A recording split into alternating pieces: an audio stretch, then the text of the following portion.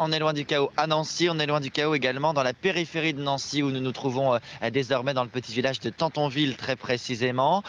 La circulation est délicate bien sûr, malgré tout, eh bien on peut rouler, ça a des conséquences qui sont très variées et diverses hein, selon les endroits où l'on se trouve. Juste derrière moi se trouve une école par exemple ce matin, il manque une institutrice qui elle a été bloquée par la neige.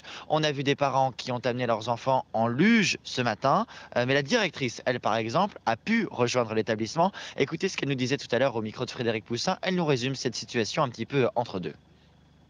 Alors comment ça s'est passé ce matin? La route impeccable, bien dégagée. Ils ont travaillé, je pense, toute la nuit. On a entendu le chasse-neige. Par contre, les trottoirs.